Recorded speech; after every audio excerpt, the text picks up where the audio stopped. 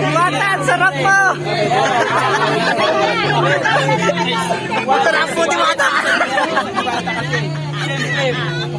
I'm back. Pang-limang beses ko na pumunta dito sa kanyang palisan. 30 yan. Maglasa ko, Diwata! Good kayo lahat.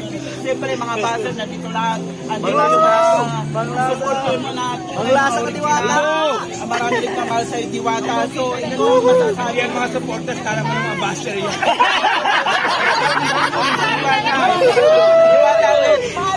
Yes, ito yung itatanong natin kay Diwata.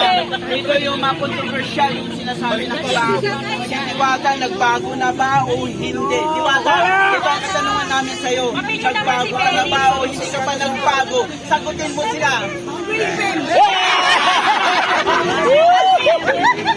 Yan ang sagot ko, Ayan, mga kaibigan, mga minamahal natin, mga kababayan, no?